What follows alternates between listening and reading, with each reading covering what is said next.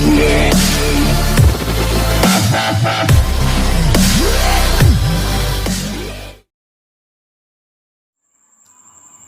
बच्चों, स्वागत है हमारे इस YouTube चैनल एकेटी केमिस्ट्री क्लास में। बच्चों, आज हम class 10th chemistry chapter 4 carbon एवं उनके यौगिक से हमने लिया है, जिसमें हमें पढ़ना है कार्बन का परिचय, कार्बन में आबंध, सहसंयोजी आबंधन, आयनिक यौगिक के गुण और H2Cl2 और HCl अणु का बनना। ये हमारा वीडियो नंबर 1 है। तो शुरू करते हैं। सबसे पहले कार्बन के परिचय।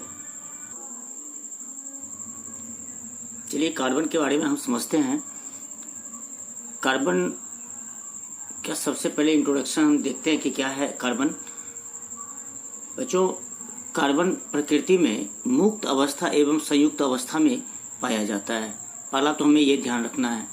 दूसरा, कार्बन जो है एक लैटिन शब्द कार्बो से लिया गया है। और तीसरा पॉइंट हमें याद रखना है कि कार्बन एक अधातु है जिसका संकेत C होता है। मुक्त अवस्था में यह कोयला के रूप में तथा संयुक्त अवस्था में कार्बोनेट, हाइड्रोजन कार्बोनेट तथा कार्बन डाइऑक्साइड के रूप में पाया जाता है या पाया गया है। और भूपर्टी में यानी जमीन के अंदर में खनिज के रूप में केवल 0.02% कार्बन होता है तथा वायुमंडल में 0.03% कार्बन डाइऑक्साइड के रूप में उपस्थित रहता है। हमें इस पॉइंट को ध्यान में रखना है कि खनिज के रूप में कार्बन की परसेंटेज मात्रा कितनी होती है, तो 0.02%, और वायुमंडल में जो इनका परसेंटेज होता है 0.03% कार्बन डाइऑक्साइड के रूप में उपस्थित रहता है। दूसरी बात हमें ध्यान रखना है कि प्रकृति में कार्बन की मात्रा अल्प होने पर भी अत्यधिक महत्वपूर्ण है। मतलब इसकी मात्रा कम होने के बावजूद भी यह हमारे लिए बहुत ही महत्वपूर्ण है। क्यों महत्वपूर्ण है, समझते हैं इसके बारे में।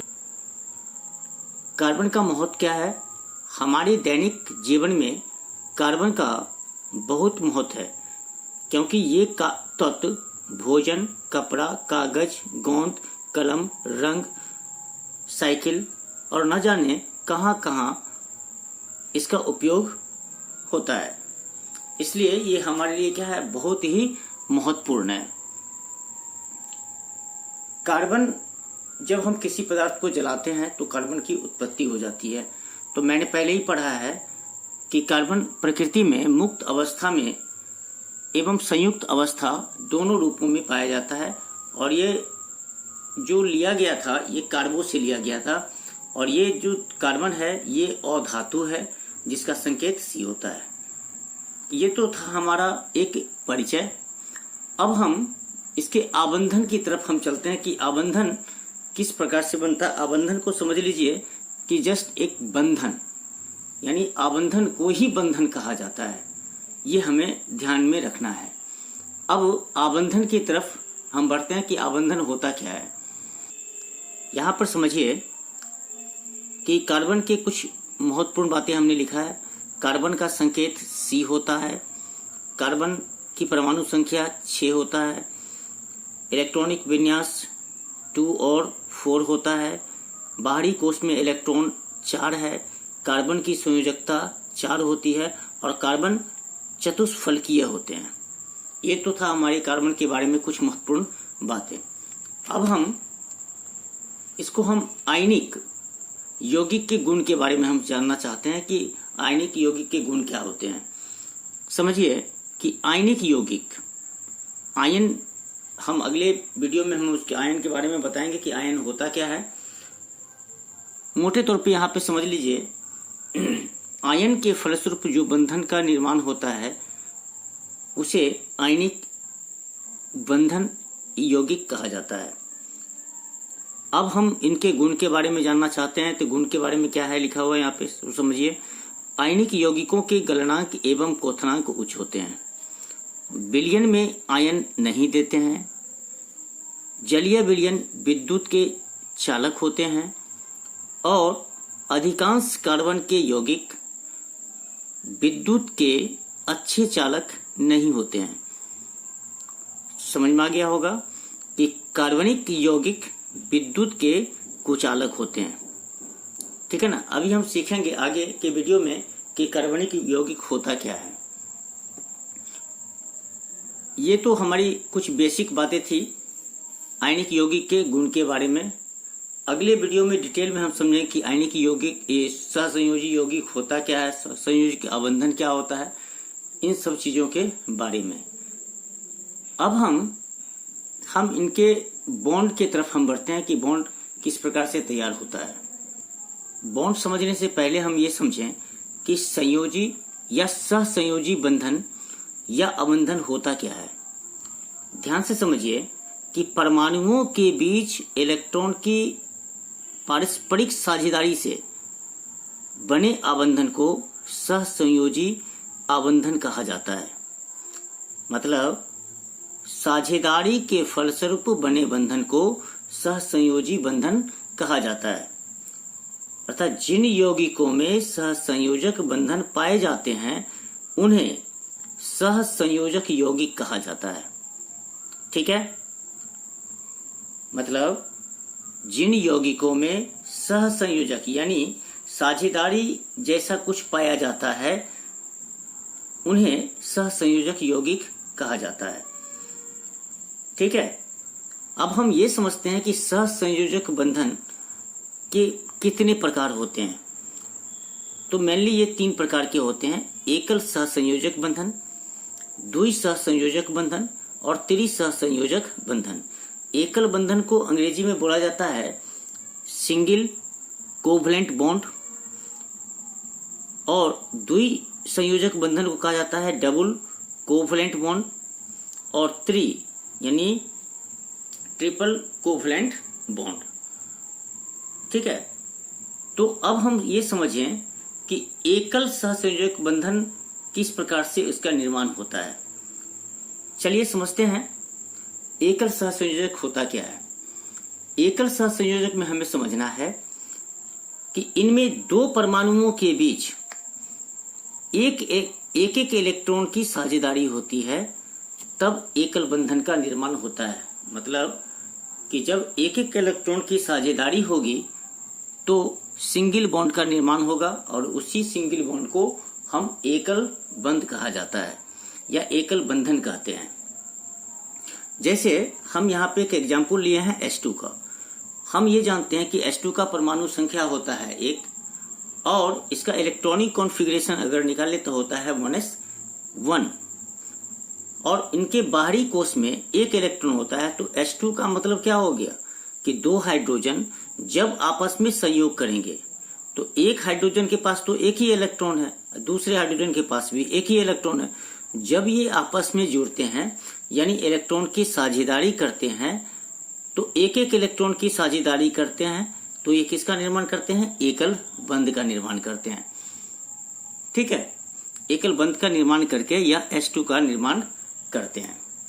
अब है कि Cl2 का निर्माण हम देखते हैं कि Cl2 का निर्माण किस प्रकार से होता है। Cl2 अणु का बनना, यहाँ पे समझिए क्लोरीन की संयोजकता 7 होती है क्योंकि क्लोरीन का परमाणु संख्या होता है 17। जब इसका इलेक्ट्रॉनिक कॉन्फ़िगरेशन निकालते हैं तो इनके बाह्यतम कोश में 7 इलेक्ट्रॉन पाए जाते हैं जो उनका संयोजकता कहलाता है। इनमें भी एक एक इलेक्ट्रॉन ही भाग लेते हैं या लेंगे। अब देखिए एक Cl के पास 7 इलेक्ट्रॉन है, 2 2 4 2 6 1 7। इनके पास भी देखिए कितने इलेक्ट्रॉन है, 2 2 4 2 6 2 1 7। अब ये जो आपस में जब ये मिलते हैं तो सबों के बाह्यतम कक्षा में अष्टक पूरा होने के लिए या तो 2 इलेक्ट्रॉन चाहिए, नहीं तो 8 इलेक्ट्रॉन चाहिए। तो 2 इलेक्ट्रॉन यानी अष्टक पूरा करने के लिए या एक एक इलेक्ट्रॉन के क्या करते हैं, दोनों Cl आपस में साझेदारी करते हैं और जिनके फलस्वरूप एकल बंध का निर्माण करते हैं। और एक एक इलेक्ट्रॉन के साझेदारी के फलस्वरूप जो बंधन का निर्माण होता है एकल सहसंयोजक बंधन कहा जाता है, जो हम पहले पढ़ चुके हैं। तो यहाँ भी Cl और Cl के बीच सिंगल बॉन्ड का निर्माण होता है और ये बना देता है Cl2। हमने यहाँ पे लिख भी दिया है कि एकल बंध है, ठीक है। इसी प्रकार से HCl का बनना, HCl किस प्रकार से बनता है उसको समझिए कि H और Cl, हालांकि H के पास इलेक्ट्रॉन की संख्या 1 है और Cl के पास इलेक्ट्रॉन की संख्या 7 है। तो ये एक्चुअली ये जो हैं ये ध्रुवीय सहसंयोजक बंधन है और यहाँ पे हमें एकल बंध समझना है। तो हाइड्रोजन के पास जितना इलेक्ट्रॉन होगा वो उतना शेयर में लगाता है, जितना इलेक्ट्रॉन हाइड्रोजन लगाता है उतना ही इलेक्ट्रॉन कौन लगाता है, Cl लगाता है। और इस प्रकार से एक एक इलेक्ट्रॉन की साझेदारी होती है और ये सिंगल बॉन्ड का निर्माण करते हैं, इसलिए H और Cl के बीच सिंगल बॉन्ड पाया जाता है और इस प्रकार से HCl का ये निर्माण कर देते हैं। तो ये तो था हमारा एक बेसिक जो कार्बन और कार्बन कंपाउंड्स का, जिसमें हमने सीखा कार्बन के बारे में और कार्बन किस रूपों में पाया जाता है, जमीन के अंदर क्या परसेंटेज मात्रा कितनी है, वायुमंडल में इसकी परसेंटेज मात्रा कितनी है, ये धातु है या अधातु है उसके बारे में मैंने समझा और यहाँ पे सहसंयोजिक आबंधन के बारे में सीखा और ये होते कितने प्रकार के हैं उनके बारे में सीखा। मैं अगले वीडियो में हम इसके आगे का जो टॉपिक है इसके बारे में हम जानने की कोशिश करेंगे और वो जो हमारा वीडियो है उसमें हम जानेंगे कि संयोजी बंधन में जो क्या क्या चीज पाए जाते हैं उसके बारे में हम विस्तृत जानकारी करेंगे। आप एक एक लाइन को बारीकी से पढ़ें और इसको एक अच्छी सी नोट्स बनाएं ताकि आपको एक सुंदर सी नोट्स बन जाए और जो एग्जाम में आपको ज़्यादा से ज़्यादा इस नोट्स से आपको मदद मिल सके। तब तक के लिए धन्यवाद। अगले वीडियो में हम पढ़ेंगे अध्रुवीय और ध्रुवीय के बारे में और उससे कुछ रिलेटेड कुछ बातें कार्बन के अपरूप जैसे हीरा और ग्रेफाइट के बारे में। तब तक के लिए धन्यवाद।